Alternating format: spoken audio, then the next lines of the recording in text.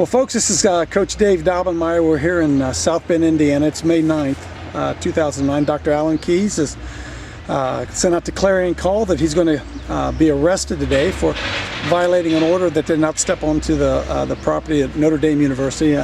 Dr. Keyes, I know the issue with you is deeper than that. As a Christian man, as a Catholic man, you have great concern with what's going on here at the University of Notre Dame. I surely do. I think that the fact that the university extended an invitation and has extended an honorary degree to Barack Obama is a deep scandal, given that it professes to be a Catholic and Christian university, that people there are charged with the formation of young hearts and minds. Christ made it very clear that when you take people who are deeply trusting in God and you delude and deceive them when it comes to what is good and what is evil, you point them down a path saying that it's good and it is in fact evil. He said you should have a millstone tied around your neck and be thrown into a river. And that is exactly what is done when you praise Barack Obama, when you say that it is possible to honor him, even though he now represents the focus of abortion evil in the entire world today, and has by his decisions been promoting abortion in every possible extreme way that he could, with federal funding, with appointments, even stripping away the rights of conscience of medical workers if he has his way, so that they can be enslaved in conscience to do evil and perpetrate this atrocity against God's will.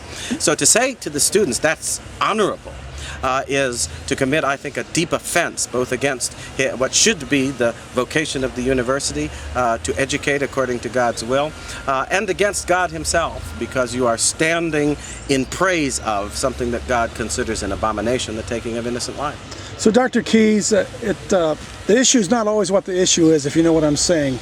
It's very clear that the Catholic Church's position, the Pope's position on life, very, very clear. Absolutely clear. Very clear. What's the disconnect here at the University of Notre Dame that they would honor President Obama in such a way? Well, that you would have to ask them. That there is a disconnect is clear, in the sense that the teaching of the Church is clear, Scripture is clear. The clarity of our faith on this issue is unquestionable. And the fact that Notre Dame has a vocation to respect that, because they claim to be in a Catholic tradition and to somehow represent a discipleship of Jesus Christ, this is also clear. So what we are seeing now, for instance, with this threat to arrest people, it has been a standard practice of people to pray, for instance, outside of abortion clinics, to have vigils and bear witness, in the hope that people passing by will stop and you will be able to instruct them. That's all people were trying to do and are trying to do on the campus at Notre Dame. Quietly, prayerfully, to bear witness to the truth, and if students come up and want to chat, to share that truth with them. Jenkins claims that this is being done as some kind of educational moment, having Obama come to the campus, and yet he is using the force of the civil law to stop that process of education. So that what is normally done and has been done universally by Catholics to witness to life, he is then saying is somehow going to be made unlawful.